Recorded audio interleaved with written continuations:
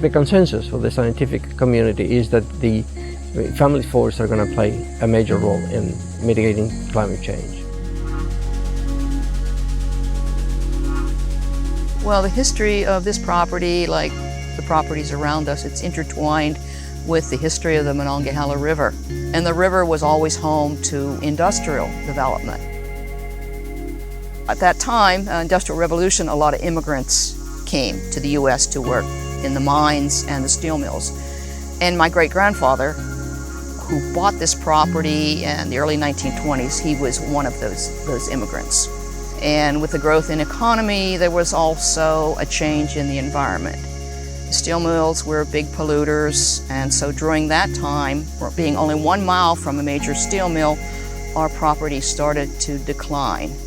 By the mid-1950s, my family could no longer farm the land due to air pollution and also sort of the poor agricultural practices of the time. So in 2007, we formed Beckett's Run Woodlands, LLC, to own and actually to manage the property. And that's when we started our forest management plan. We're in a very dynamic area, just 20 miles south of downtown Pittsburgh. So this is what we have, and we work with what we have, and it's always changing.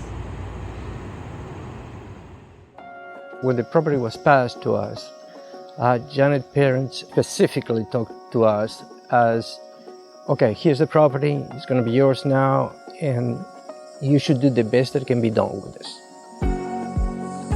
So we look this as a project to develop an ecosystem-based, sustainable forestry enterprise that pays attention to specifically managing and commercializing all the things a family forest like ours can produce for us, for all of us. And to do that in a form that is sustainable, to be productive enough economically to sustain itself as it improves itself. Forest landowners should realize that their properties are major assets, and from our perspective, you need a plan to both protect and capitalize on your asset. Today now, carbon should be in everybody's business plan and management plan. That's sort of straightforward. We have a very robust timber market here. We could harvest at any time. We could harvest next week if we wanted to. And we are creating a time frame in which we could make a decision of whether to harvest or to defer the harvest and store carbon, depending on what is the price of timber at the time, what is the price of carbon at the time, what is the status of the ecosystem of the forest stand that we are managing at the time.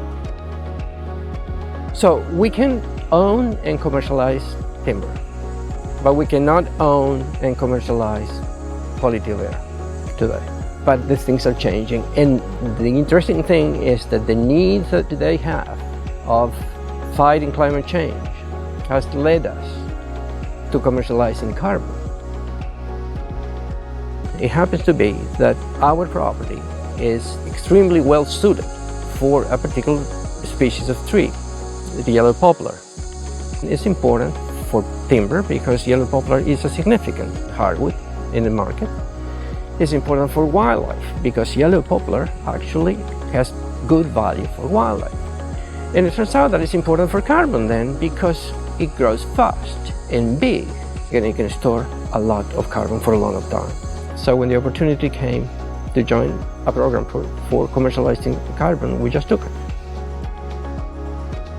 And the fact that this is done in intervals of 1 year, that allows you to correct for the price of the carbon or for the conditions within that small period of time, and then make corrections and go forward, to me sounds like a system that has the capacity to adapt itself, to better itself almost automatically.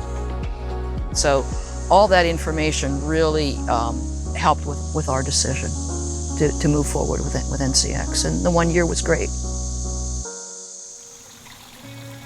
We want to thank all the buyers that bought our carbon credits, but first we want to also thank you for cutting back on your emissions. I think that's very important.